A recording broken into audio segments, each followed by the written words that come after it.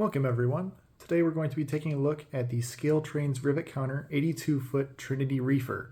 I have two versions here, a total of 4 that we'll take a look at. This is the Late Thermo King, and I also have 2 of the carrier version that we'll take a look at.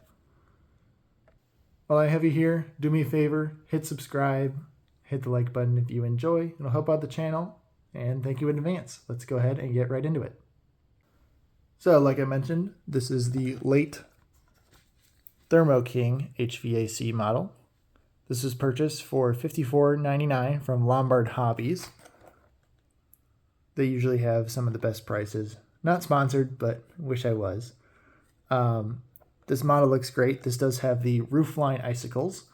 The new run, which is coming up soon, will have logo Icicles. I plan to get some of those, and I'll be able to do a little comparison video when those come in. So let's go ahead and get to the unboxing here. Just pull this flap, and then the model comes out. We do have some paperwork as well as some extra bearing caps. These cars do have rotating bearing caps, so it's nice to have those extra because sometimes they'll come out. We have a decent amount of information here. Got a nice picture of the model. It's a different road number in the image, but that's okay. And then we have a very large part diagram here. You can see most of it. The 4 models I have are non-sound, as honestly I checked out some other reviews and it seemed like the sound versions had issues going around the corners. So the new ones that I'll purchase will also be non-sound, but I'll show you where those sound features are on this model as we get into it. Lift off the plastic on top, and we have some soft plastic here. Then we can go ahead and pull the model out.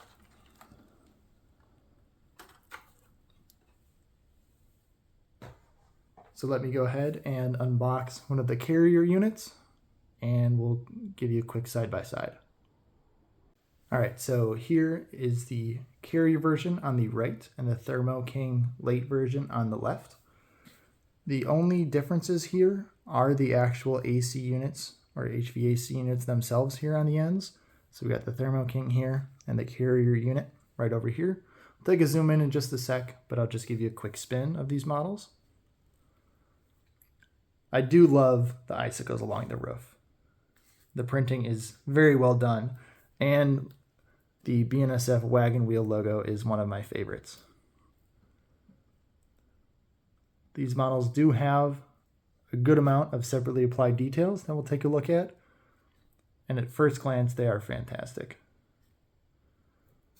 You do see a little bit of body wobble as I'm rotating it slow here, which is an issue in this model that I'll get to when I show you it on the track. So that's something that I hope is corrected in the second run of these. All right, here's a quick look at the side of the model. This is the carrier unit in front, but again, the units are the same except for the actual AC units themselves. So we do have the defining feature, the Roofline Icicles. Again, the BNSF wagon wheel logo. Around the door here, we do have many separately applied pieces, as well as the ladder on the right side of the model. Let me take you in close and we'll take a look at the markings here.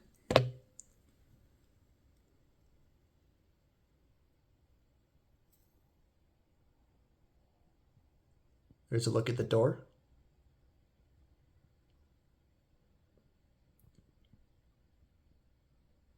All of the small text is legible in person. It might not be perfect on camera here. But let's go ahead and move on to the AC side of the model. All right, we've moved to the AC side of the units. Once again, the Late Thermo King on the left and the carrier on the right.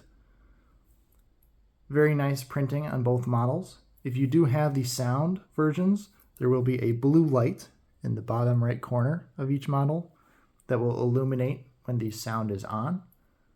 Once again, non-sound versions here, just for a price and reliability standpoint for me. The walkways here are see-through, and we have diesel fuel tanks underneath of both of them. We have the ScaleTrains coupler and uncoupling levers on both models, as well as train line hoses and some grab irons on the end. Let's go ahead and take a zoom in. Take you down top first here. You can see that perforated walkway. There's a little satellite image here on the carrier unit. The printing is phenomenal on both cars. It's a quick quarter panel type view.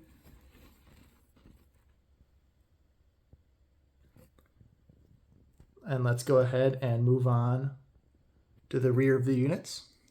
I'll skip the opposite side of these units, which is this one here, as they are visually similar, just reversed to the other side.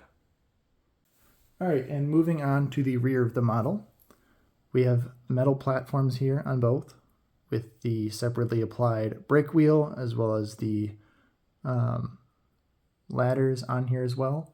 ScaleTrains coupler, once again, and the uncoupling levers and train line hoses. I'll take a zoom in here so you can see some of the print details, which are once again very well done. I do like the excess height being in blue. It's a cool feature that is accurate to the prototype. All right, so taking a look at the bottom of the model here, we do have some good piping. I'll zoom in a sec once again. And if you'll notice from before, there are cutouts here on the wheels. That is because the car body sits just over the wheels a little bit. So it's almost as if the wheels are recessed in the body, which is accurate to the prototype. On the wheels here, if I zoom in, you can see they are stenciled with the car number on each truck. Here's a closer look at that underbody piping as we move across.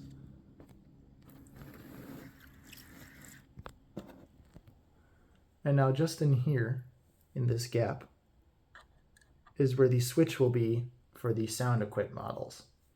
The sound equipped models will also pick up current from the trucks. There will be a metal plate in here that will pick up the current to supply the power for the sound, as well as that blue light on the AC units. And that does cause more friction against the wheels, and it makes it more difficult for the cars to roll freely, which is one of the reasons I ended up not going with sound. Even though you can turn the sound off and run the cars without them, the lack of free rolling really got to me. So once again here, just a nice view of the underbody. So let's go ahead and move it over to the track, and we'll take a look at some of the important features, such as that body wobble that I mentioned. All right, so here's one of the units on some straight track here, and if I give it a tap,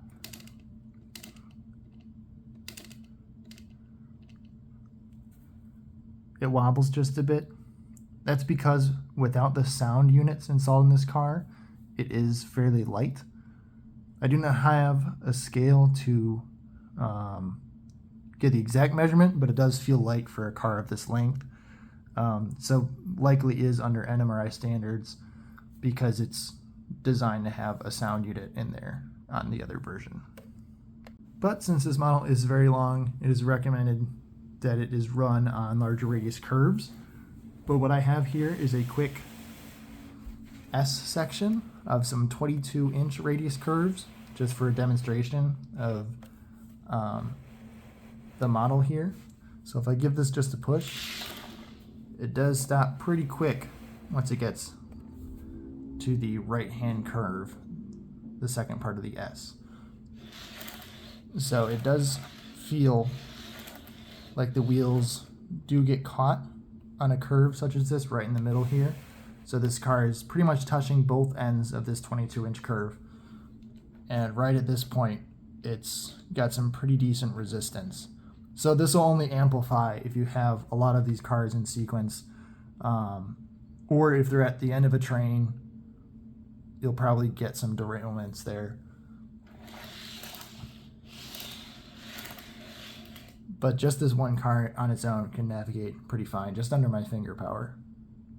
All right, so I've gone ahead and hooked up the Thermo King car we're looking at here, just for a demonstration of the two of them together.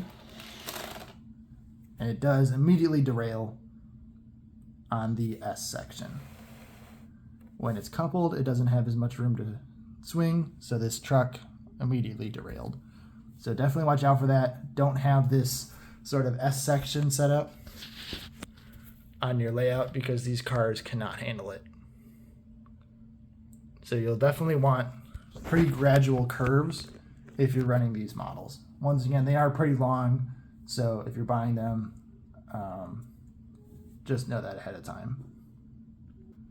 And I suppose it's worth mentioning, I can't even put this back on. The couplers will not let me go any farther. We're at the max limits of the couplers currently. So again, this is just a demonstration. I hope you don't have track like this, but that's just a heads up.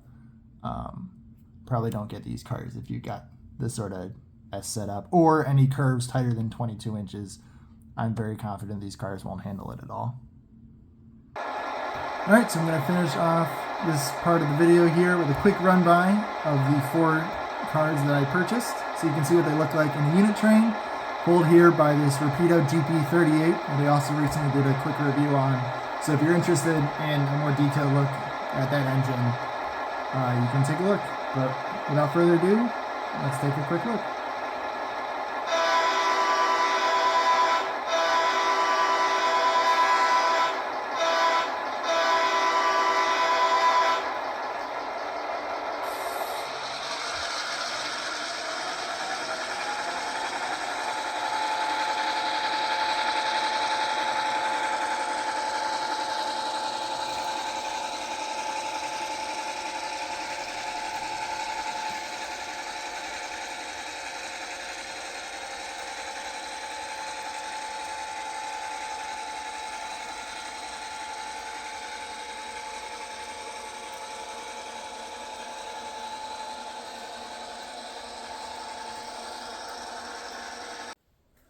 All right, and now just for some final thoughts here on these cars. No missing or broken parts across the board. The only issue I did have, which you can still just barely see, is that this frame here was just a little bit bent. So all I had to do was push it gently back against the car body, and it's barely noticeable now. Besides that, no other issues here. I'm a huge fan of the print quality in these cars. It looks phenomenal as expected. I really like the blue on the Icicles. That's probably my favorite part of the whole model. I didn't know that I needed them, but now I can't get enough of them. And quickly on price, like I mentioned, these were $55 each. That is the factory direct price from ScaleTrains, so it's unlikely you'll find them at any hobby shop for cheaper. The new run that is coming out that I hope to have my hands on soon for a comparison will also be $55. The sound equipped models for both, I believe, were $89, so quite a bit more expensive for those sound models. And again, the first run did not have great performance in the running department. So just keep note, if you're buying these secondhand, I would wait to see how the second run perform before you go ahead and scoop yourself up some of the sound equipped models from the first run.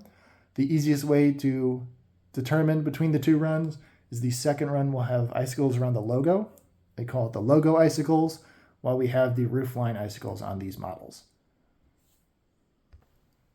And with that, I think that's all I've got for you today.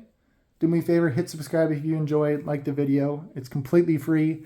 It just helps out the channel. Drop me a comment if you have any questions. But other than that, I hope you have a great rest of your day. Thanks for watching.